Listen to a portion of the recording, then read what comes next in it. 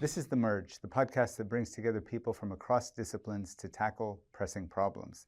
I'm Alan Shhadi, Dean of Engineering and Architecture at the American University of Beirut, and today is December 2nd, 2024. We are coming out of several months of a relentless Israeli bombardment campaign in Beirut and the southern suburbs, as well as the Bekaa Valley. Today we have with us Professor Mona Fawaz. She's a professor of urban planning at the American University of Beirut. Professor Fawaz is a leading expert on housing and property and the forces that shape cities. We're coming out of this war, or at least we're in a phase where the guns have fallen silent over most of Lebanon, not everywhere, obviously.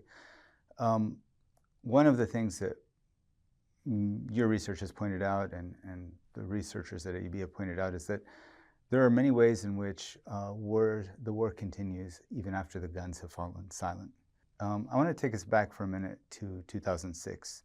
2006 was the last time a major war before the current one, major bombardment happened with the scale of destruction of the kind we're seeing. Of course, I think today is even several times what happened in 2006. And I want to take us specifically to a neighborhood of the southern suburbs of Beirut called Haret Hreik, which was, a ground zero in many ways for that war. Mm-hmm. Can you tell us, first of all, what happened in Haret Hreik and what is the significance of Haret Hreik? Yeah, so Haret Hreik is perhaps the most modern neighborhood in Beirut's southern suburb. It's a commercial, residential, and office center. Historically, Haret Hreik used to be a suburban village on the edges of Beirut, and like all cities grow, Haret Hreik was integrated from a village to become one of the suburbs of the city. And eventually, its construction during the Lebanese Civil War made it a hub, a residential, commercial, and shopping hub.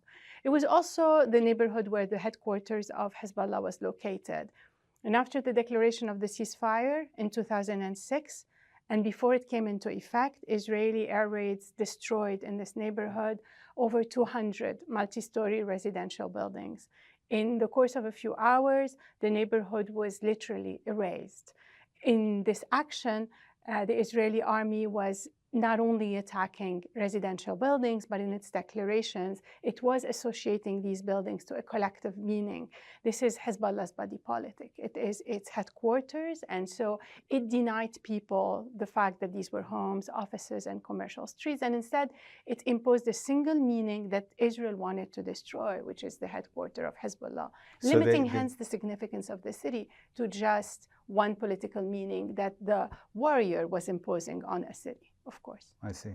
Okay, and so in a way, by declaring that we're attacking Hezbollah, they equated this commercial hub, this residential hub, in the minds maybe internationally, and perhaps even then it had its effects afterwards. Can you say, if you go back was it effective in ascribing such an identity to the space? Well, if you go back to what was happening in 2006, there was a standoff between the Lebanese national government and Hezbollah. And the Reconstruction was sort of torn in this standoff, in which people who had just lost their home found themselves in a position where if they wanted to rebuild their homes, it was impossible for them to do it because the national government was criminalizing their presence in the neighborhood as being illegal because they were ultimately supporters of Hezbollah. Now, there was a legal constraint in this neighborhood. The neighborhood had been built during the Lebanese Civil War, and while people respected property rights, they did not respect zoning and building laws. So the buildings were exceeded sometimes by several folds the maximum buildable areas. However, in the early 1990s, the national government, which is a step many national governments do to basically bring back money in the coffers, they regularize, we say. So people are asked to pay penalties in exchange of which their buildings will become legal. And this is what had happened in the early 1990s after the Lebanese Civil War. So people paid for regularizing their buildings, and they obtained in exchange legal property titles that actually placed them as homeowners, legal. They paid their taxes to the municipality. They were fully legal. However, the regularization law had a small trick. It said that if the building was to be demolished, then what would replace it had to be in compliance with the zoning and building regulations. Now, keep in mind that planning in Lebanon is very slow to move. So the zoning regulations that exist in Haret Hreik date back to the 1960s. So they did not accompany the kind of urbanization that had happened to the neighborhood. And people were in a bind. They now had a building title, a property title, but they couldn't build it legally. And because the national government refused to see their plight, they found themselves in a standoff with, on the one hand, the government accusing them of illegality, which was incorrect, and on the other hand, Hezbollah saying, don't worry, we will rebuild for you, we will protect you. As being a recognized political party that's very active in that area, Hezbollah did what? Hezbollah took charge of the reconstruction. Mm-hmm. Now, the first moment of taking charge and promise was the big pledge that Hassan Nasrallah, the late head of Hezbollah, had declared, which is that he had promised people that their homes will be rebuilt more beautiful than they were. He actually issued a slogan, أجمل مما كانت, more beautiful than it was. Mm-hmm. And so with my graduate students, we went to Haret Hreik and we started asking people, Nasrallah said the neighborhood is going to be rebuilt more beautiful than it was. What does it mean? It was very interesting because unanimously people spoke of wider streets, more green spaces, places for their children to play, sidewalks where they can push the stroller. The entire imaginary of improvement was about green spaces. It was about collective, public shared spaces, being able to invest in the urban infrastructure. However, that was not the vision of the party. The party wanted to rebuild as fast as possible with the least negotiation possible. And it thought that adding green spaces would require de-densification, which was not in the plan because that would require some people to leave, and that would basically push them into a long reconstruction process. So instead, they brought people together in what they called the participatory meeting, where they promised people that the buildings would be cladded in stone, that they will have their individual electricity generators because we don't have national electricity.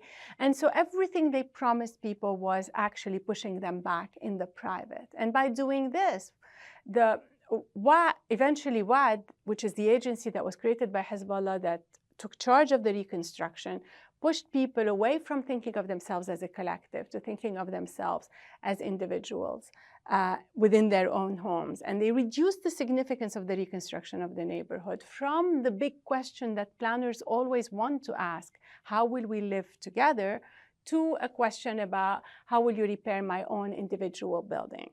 And this is quite destructive because it kills the engagement that people have in their neighborhood, and it helps reduce the significance of the neighborhood from the multiplicity of ways in which people engage it to the individual relationship with the party that built it, Hezbollah in this case. Mm-hmm.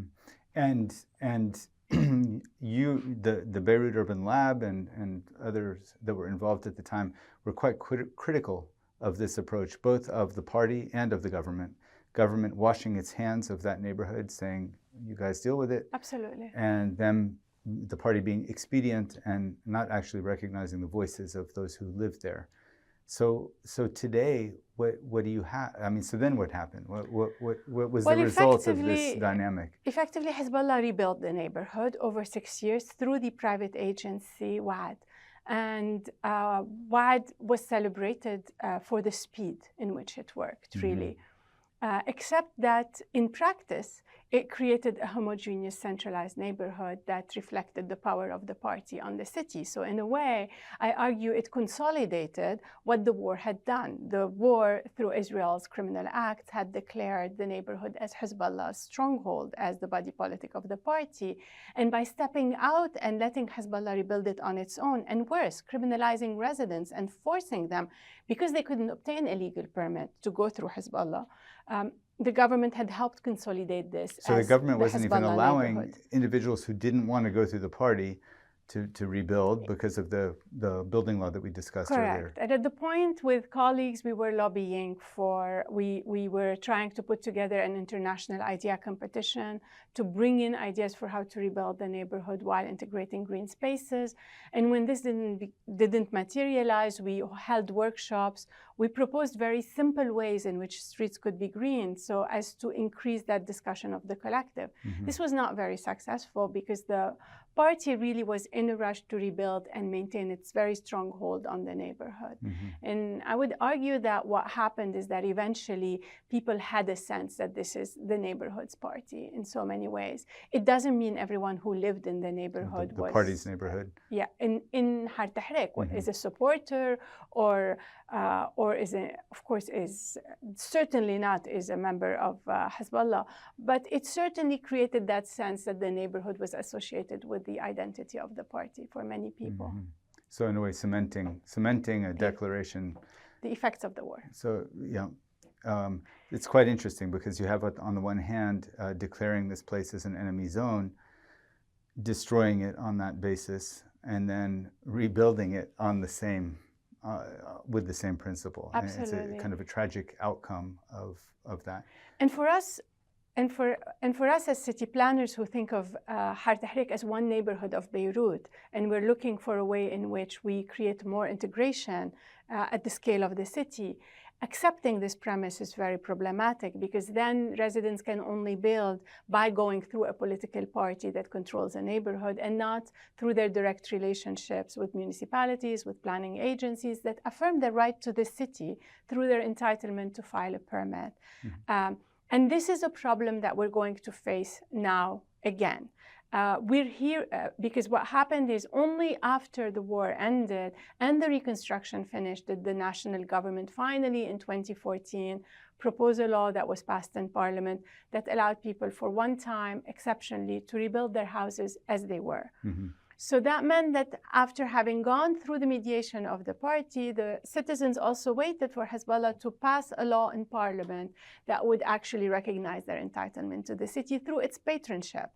And that again consolidates the divisions within the Lebanese society and consolidates the power of the party over a certain community. And so as we look now to what is going to happen in a reconstruction that's going to be way larger and way more intimidating, actually, because of its scale, it would be critical to make sure that people are empowered to rebuild their homes directly through their relationships with public agencies and through their relationships with their neighbors, and to really put a strong emphasis on the collective, on the public, as a strategy for bringing people together. Let's go now from the dense urban center in Beirut to the towns and villages that dot the Lebanese landscape. And particularly, let's go to the south of Lebanon. I know from talking to you and from reading reports about the numbers of villages that have been essentially destroyed. But let's again go back to 2006, because you've had time to study it since then. In 2006, what patterns did the Beirut Urban Lab or its predecessor notice about the bombings, the destruction of the villages in the south of the country? What we could see across the south is that everywhere it was old village cores, basically the places that gave the villages their strongest identity, that was actually being destroyed. And at the time, with colleagues who are actually urban historians and researchers who work on heritage issues, there was a sense that we needed to appeal to point out to the way in which the significance of this destruction was much larger than simply destroying a few square meters. Because in this case, what was being destroyed is the memory of the place. Again, I spoke about the fact that Haret Hreik was so much more than the sum of the volumes.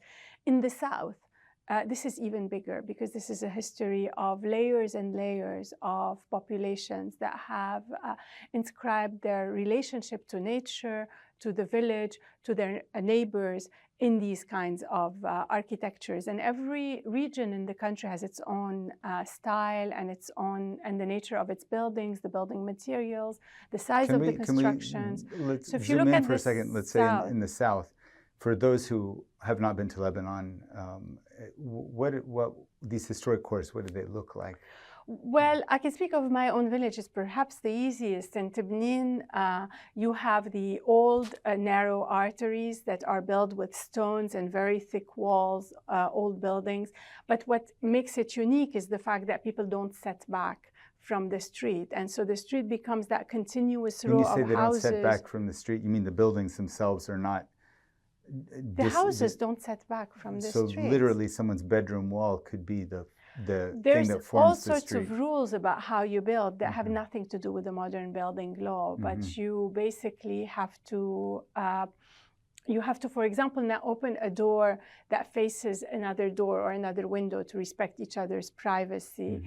People build courtyards and they rely a lot on courtyards for cross ventilation, but also for communal shared spaces in the summer. And these courtyards are places where women who observe the veil can remove the veil and act in their own spaces. So you have to be very careful with building heights so that you don't overlook your neighbor in a way that impinges on their privacy. These kinds of rules are not written, but they form the code through which people associate to each other and to the built environment in which they live. So wait a minute, I want to double click on that. If someone is building a house for their son or daughter, let's say 100 years ago in the village, they would know already this is an appropriate location, this is an inappropriate location because of all of these. They probably also negotiated with their code. neighbors. I mean, you probably can go and tell your neighbor, look, you have 3 windows, I need you to close one because I need privacy. But there are principles, sets of rules. And when we work with graduate students on what would a building law that goes from the bottom up be like, we help them map these buildings, where the windows are, where the doors are, where the courtyards are, how they work, so that they can derive from these architectures indigenous rules of building that show that there are very clear codes that have to be respected. The problem is that we have a single building law in Lebanon that applies across the board.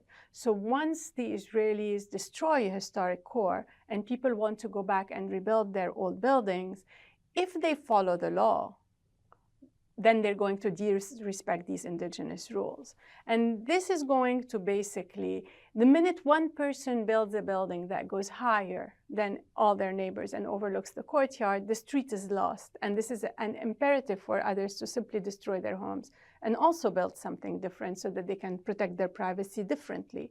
And that basically destroys the street alignment. It destroys the mood of the street, right? Those narrow, winding streets with the stones that tourists, and I mean, all of us like to go take pictures in. So this is definitely what happened in my village. And so the 2006 war certainly triggered a transformation in the character of the street. Reconstruction brought in concrete as opposed to old stone, but it especially brought in multi-story residential buildings, which meant that those who had old houses either left them because they became no privacy homes, or destroyed them and replaced them. And gradually the village lost a lot of its character permanently. And that's why, again, I argue that the aftermath of the war continues, and its impact then triggers the erasure of an actual centuries-old history. And it sounds to me from what you're describing, codifying such an arrangement in the current in building laws would be a complex exercise, and I could see why governments who have very few resources at their hands might opt for a simplistic solution, which is one size fits all. What has your work pointed to as another way? Like how could we have avoided erasing the identity of all of these villages? As I just mentioned, it's possible to work with people from these neighborhoods, people who live within these areas, and build on this indigenous knowledge to develop rules that can then be abided by and implemented by the same public authorities that today apply the building law, the municipality.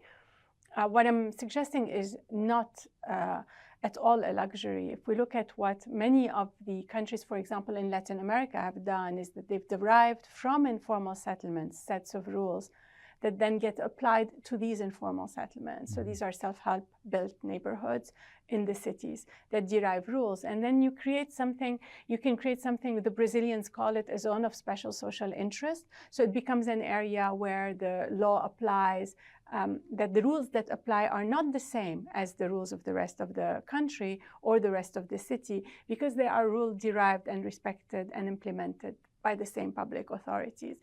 It's not so diverse that rules developed for Tibnin would not work for Bint Jbel or would not work for another village. What you need to do is build on that local knowledge rapidly and set in place groups of architects within the municipalities, and many municipalities have the means to basically organize that framework.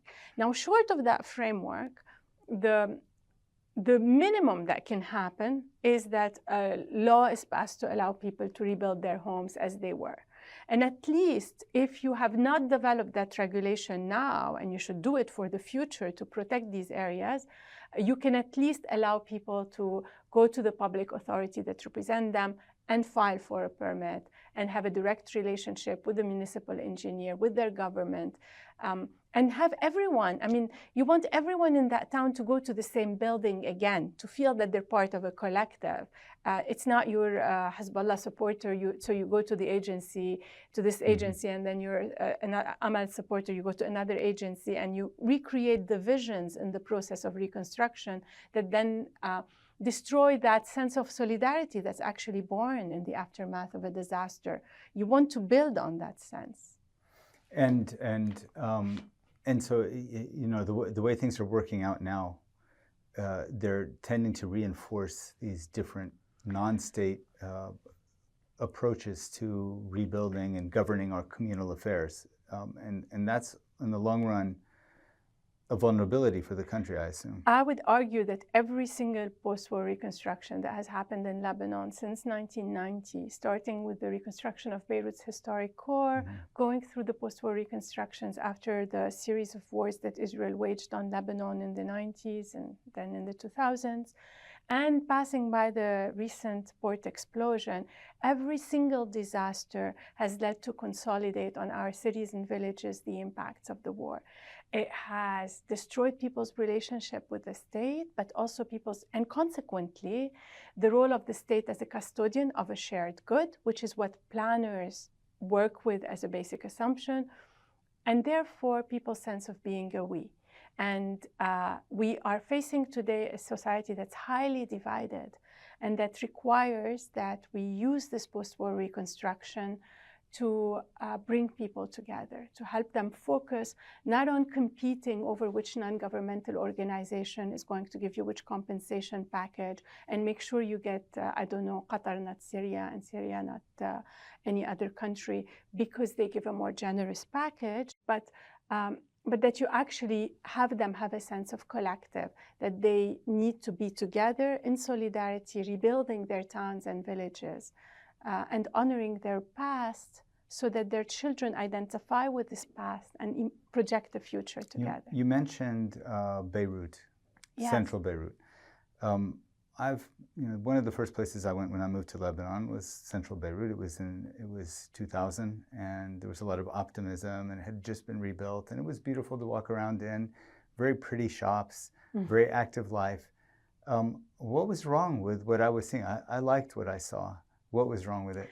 Look, I think we need to say that the architectural standards, the urban design standards that were developed for Beirut's historic core were outstanding, and the level of craftsmanship that went into the making of these buildings is truly a testimony of the architects and the engineers who worked on it, and a lot of them are actually graduates of this university, so much to the credit of its faculty of engineering. That said, the conception of the historic core, the mechanism through which the post-war reconstruction was made, was doomed to take us where the historic core is today. And we know today Beirut's historic core is largely empty. It's seen by city dwellers. It's a ghost town. For those who don't know downtown Beirut now, it's beautiful, but empty. And it's seen with a lot of animosity and a very negative feeling by many of the Lebanese citizens. And that's a radical transformation since the 1960s and 70s, prior to the civil war, when Beirut's historic core was a place of extreme social diversity and economic mixity. It was a place that was known because many people just had a small share of a store inside the building that they rented, that they used for a commercial activity. It allowed many people to earn a living through this area, and it made that area alive and integrated in the economy of a very wide and socially distinct group of actors. What the Civil War did was to empty that historic core, turn it into a no man's land. The historic core fell at the heart of where Beirut was divided into two pieces, and consequently it was empty for the duration of 15 years, during which the Civil War ended. It was dangerous, actually. It was a no man's land. No man's land, and quite dangerous to walk around. It had militias, basically, and occasional fights. Now, what happened in the early 1990s is that the government, in the best practice of delegating everything, delegated, and I'm being sarcastic here, obviously, delegated the reconstruction of the historic core to a real estate company. And a real estate company is basically a company that seeks to make profit through selling land. Right, through selling meter squares of property. So the common good that this company has to look after is the dividends of its shareholders, who will make profit out of the sale of land.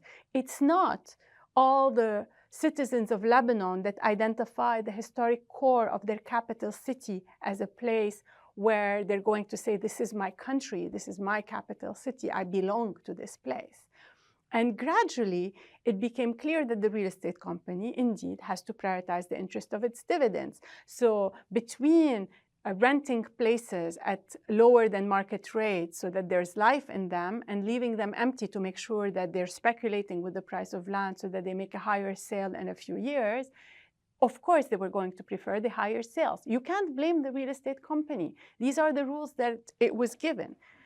The problem is you don't give a real estate company and keep extending its timeline the charge of rebuilding a historic core. This is not an area in the far suburbs of Beirut where profit can be made and wrapped and it doesn't affect the rest of the city. Instead, you've hijacked the historic core of Beirut and you created a pattern that eventually, gradually, because that economic vision was failed, actually, led to the historic core becoming largely empty. And this is what we have today. Beirut's heart is empty, it's painful.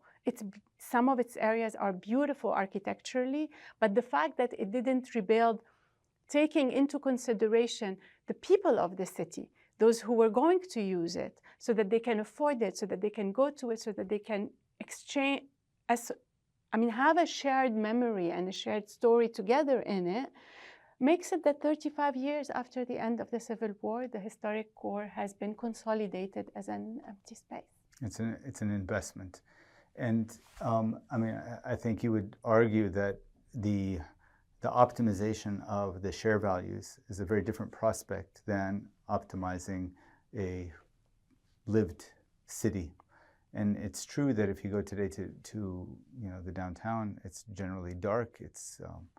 It's not a place to celebrate whatsoever. Although we see photos of it, if you land in the Beirut airport, you'll see pictures of before and after, focusing on the buildings and how pretty the reconstruction has been.